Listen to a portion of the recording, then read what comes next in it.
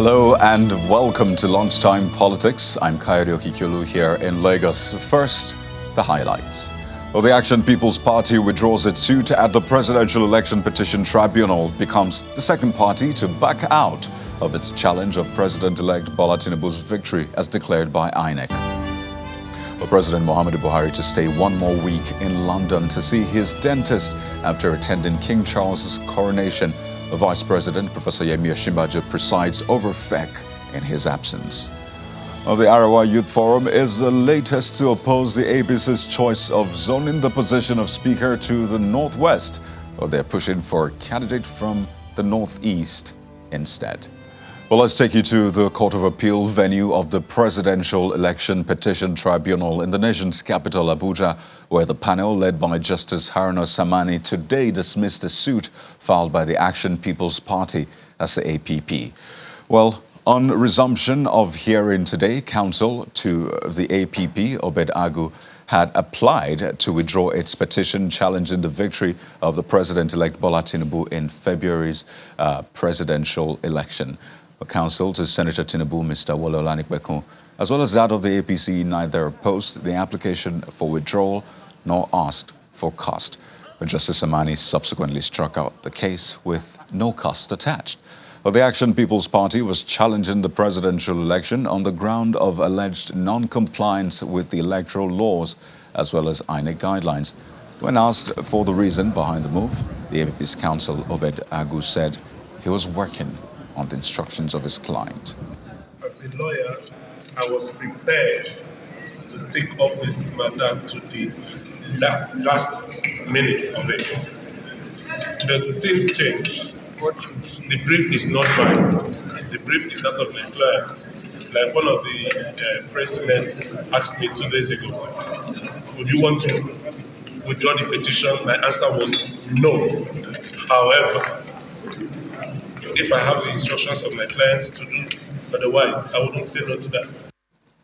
Well, attempts to reach the party, that's the APP, to get more information on this withdrawal have failed. Well, the party had fielded a 49-year-old presidential candidate, Nadi Osita, in that presidential election. But that's not all from the tribunal today. The petition of the Labour Party and its presidential candidate, Mr. Peter Obi, is also up for adjudication. Well, the court is expected to reconvene by 2 p.m. That's just less than 2 hours from now for the suit. So not to worry, we'll get you more updates from the tribunal as they come in. But looking at the cases now before the tribunal, it is left with the cases of the APM, the Labour Party, and the PDP after we've seen the withdrawal of the Action Alliance, that's AA, and just today, the withdrawal of the APP. Now, speaking of the cases before the tribunal, yesterday the tribunal had adjourned pre-hearing in the petitions filed by the People's Democratic Party and the Allied People's Movement to May the 11th. Adjourning the petitions, the chairman of the panel, Justice Samani, asked the parties to sort out and agree on all documents they intend to tender during the hearing for determination to avoid duplication. The second day in the pre-hearing of petitions at the Presidential Election Tribunal. 2 cases are slated for hearing, one from the People's Democratic Party, PDP, and the other from the Allied People's Movement, APM. The courtroom, as expected, is full to its capacity with majorly lawyers and some members of the political parties involved in the case. First is the petition of the APM, and the counsel to the party, Mr. Suleiman Abubakar, told the court that they have filed a pre-hearing information sheet and have adopted the answers therein. However, in their separate motions on notice, the counsels for the All Progressives Congress and Mr. Tinubu, Mr. Lateef Fagbemi, and Mr. Akin Olujimi asked the tribunal to dismiss the petition as they consider it as incompetent. For the petition by the PDP, the counsel to Mr. Atiku Abubakar, Mr. Chris Uche, wanted the court to hear the application for a live broadcast of the court's proceedings. However, the chairman of the tribunal declined, stating that it will be heard alongside other applications on the next adjourned date. counsel to Mr. Tinubu says they have just been served and are taking steps to respond within the time permitted on the issue of broadcast. While the counsel to the APC, Mr. Lateef Fagbemi, filed 2 applications seeking the dismissal of the petition. We also brought up the issue of the motion on notice which we filed and which we served on all the parties in the case. And that is the motion for the live televising of the proceedings in this case, because we consider these proceedings very, very critical and important to the nation, one in which every Nigerian is a stakeholder. So this motion will come up perhaps on Thursday when this matter is adjourned to. It's being expected that the other parties will file their responses. Pre-hearing continues today with the application by Atiku of the PDP, forming the main highlight of the day's proceedings. He's asking that the court allowed cameras be allowed into the courtroom for live telecast. His petition and that of the APM will come up on Thursday, May 11th, as continuation for hearing. Emanuela Ekele, Channels Television News. Well, let's get more from Emanuela from the venue of the Presidential Election Petition Tribunal today. She gives us an update on what played out in the first part of the proceedings early on. The Action People's Party has toed the line of the Action Alliance, which withdrew its petition before the Presidential Election Court sitting here in Abuja. Now this changes the complexion of the case, as the numbers of petitioners have dropped from 5 to 3, leaving the PDP, the Labour Party, and the APM challenging the election of the President-elect, Bola Ahmed Tinubu. Emanuela Ekele, Channels Television News. Well, thank you, Manuela. For more insight into the outcome of today's proceedings at the Presidential Election Petition Tribunal, we're joined on the program by legal practitioner Dr. Dakbo Otitoju. He joins us live from our Abuja studio.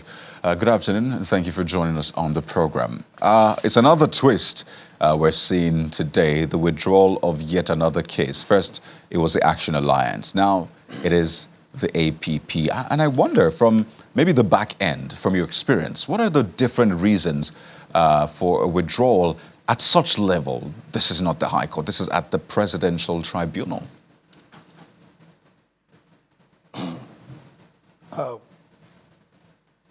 Good afternoon, my brother. Yes, please, go ahead. Yes, it's very welcoming for any party in any election petition to, upon seeing the position of the law, especially when reply is being given in respect of his petition, to reconsider his stand, whether he's going to be able to make it or he's going to be wasting the time of the court, particularly when the candidate is of the opinion that the legal practitioner should withdraw his petition. Now, this is going to be one of the first of its kind in the history of Nigeria, where we have, at that highest level, having an election petition being withdrawn at this stage twice within the pre-hearing stage. So I feel very happy because it's going to afford the judiciary the opportunity to be able to concentrate more on petitions that are of importance, that attack the area of election which the petitioner feels strong about. So I think it's a welcoming decision of the candidate to have done that, and it is also good for our jurisprudence because it is also part of the jurisprudence of electoral law that you can also withdraw and settle amicably in the interest of peace, justice, and equity, especially for the development of the nation like Nigeria.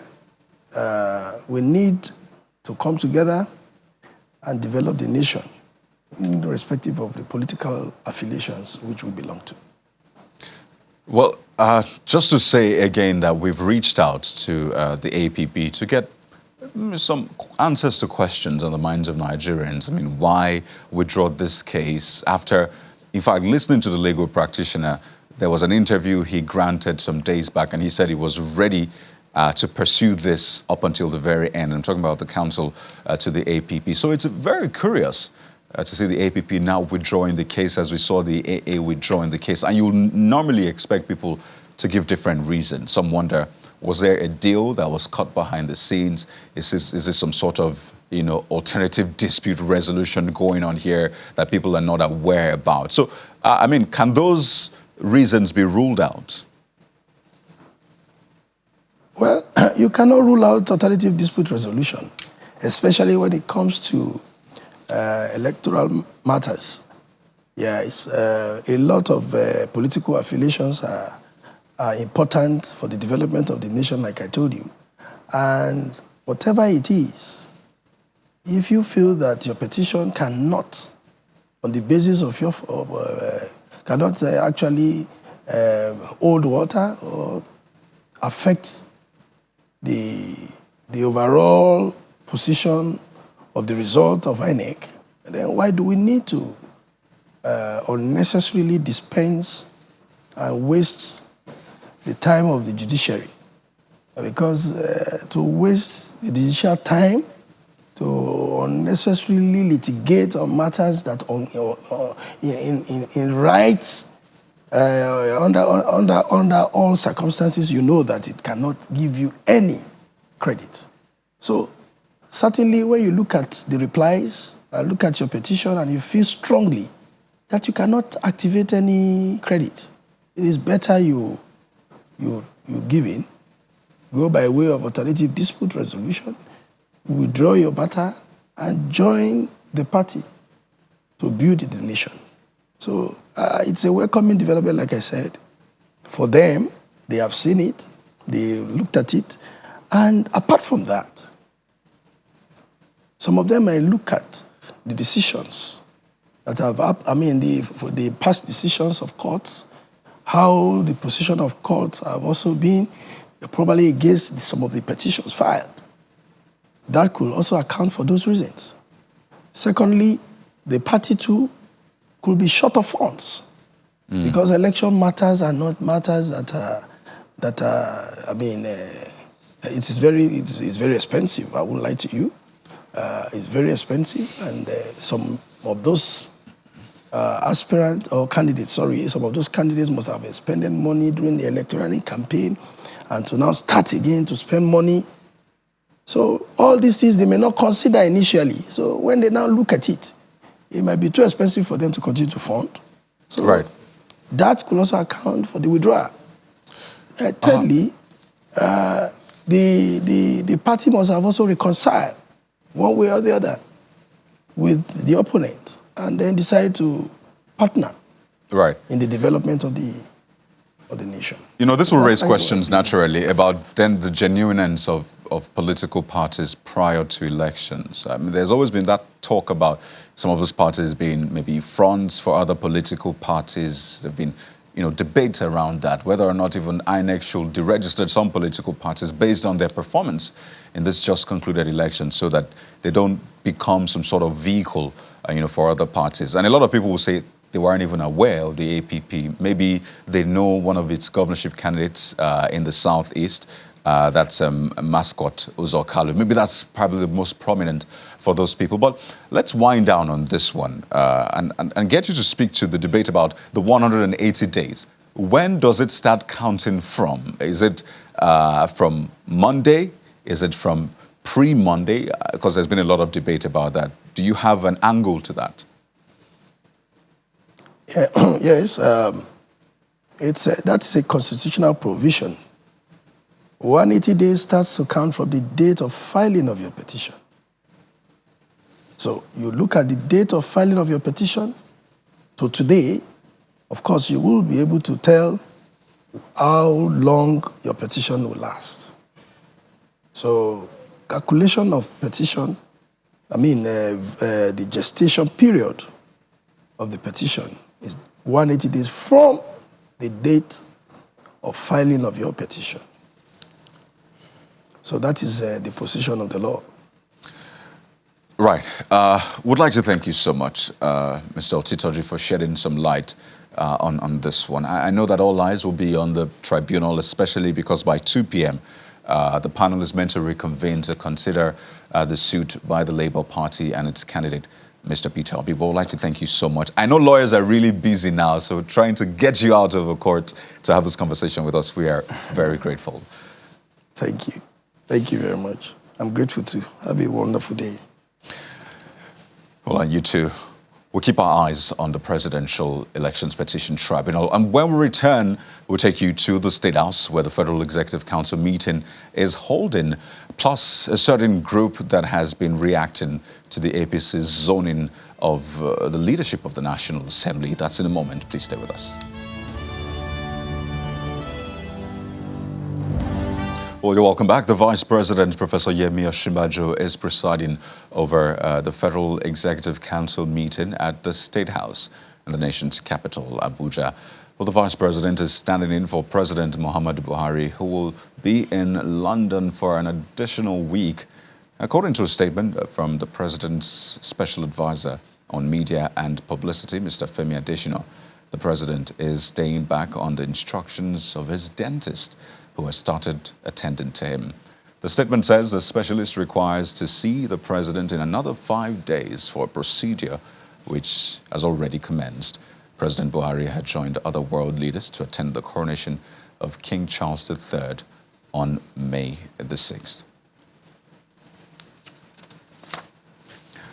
We'll bring you more updates from the Federal Executive Council meeting as soon as they come in. Our correspondent is live at the venue. Well, let's go back to the court now. This time, the very highest of them all, the Apex Court, which has affirmed the election of Mr. Ademola Adeleke as the governor of Osun State. Well, it's the day after that ruling, and the Apex Court has dismissed the appeal by the former governor of the state and the APC candidate in the July 2022 election, Mr. Gboyega Oyetola, challenging the election of Governor Adeleke. The judgment, which was read by Justice Emmanuel Agim, was affirmed by other members of the five-man panel. This, of course, has resulted in joyous celebrations in Osun State and across the regions of the state. Well, our correspondent, Emperor Simon, has this report. Nigeria's Apex Court takes center stage as the July 16, 2022 Osun governorship election is about to be laid to rest. Supporters of Governor Ademola Adeleke of Osun State and Mr. Gboyega Oyetola arrived at court ahead of the scheduled time for the delivery of the judgment. Mr. Oyetola is challenging the election of Governor Adeleke on two grounds. First, he alleges overvoting in over 700 polling units across 10 local government areas of the state during the July 16, 2022 Osun governorship election. He also alleges that Governor Adeleke had made false claim about his education status to the Independent National Electoral Commission (INEC) prior to the election.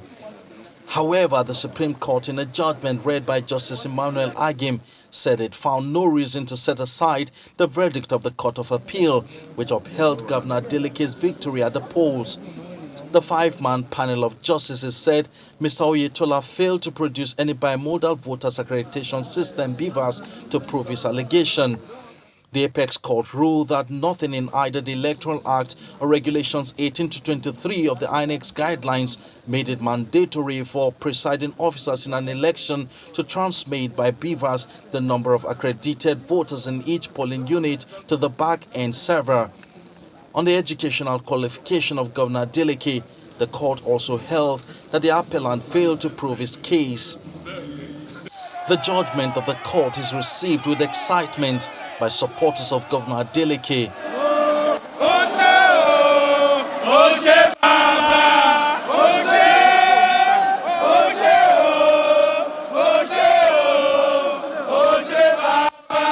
My client, Governor Adeleke, went all out to ensure that he secured the victory once again after what happened 4 years ago. And then the people gave him the mandate to rule. And that is why it's commendable that by the grace of God, that we're able to defend that mandate. We are very happy because it has thrown more light into the electoral jurisprudence and guidance for not only lawyers and judges, but for the Nigerian community. The Supreme Court has, through this case, settled a lot of issues that will come before ongoing tribunals and courts. The counsel to Mr. Oyetola is not available to speak on the judgment. Nevertheless, the coast is now clear for Governor Adeleke, and the people of Osun State are waiting to see how much progress his administration will bring to the state. Emperor Simon, Channels Television News. And the plot thickens for the coming 10th Assembly as the Iowa Youth Forum is kicking against the zoning arrangement of the leadership of the 10th National Assembly by the All Progressives Congress, which announced Honorable Tajuddin Abbas from the Northwest Zone as the party's preferred candidate for the Speaker of the House of Representatives. Well, the APC had officially announced that former governor of Akwa Ibom State, Senator Godswill Akpabio from the South-South, is this preferred candidate for the Senate President and Tajuddin Abbas for the Speaker. However, addressing a press conference in Kaduna, the Iowa Youth Forum insists that the current House Committee Chairman on Appropriation, Honorable Mukhtar Betara, from Borno State in the Northeast, is the best person to head the 10th House of Representatives. The Northeast, particularly Borno State, is incidentally the state where the Vice President-elect, that's Kashim Shettima, is also from. Take a listen.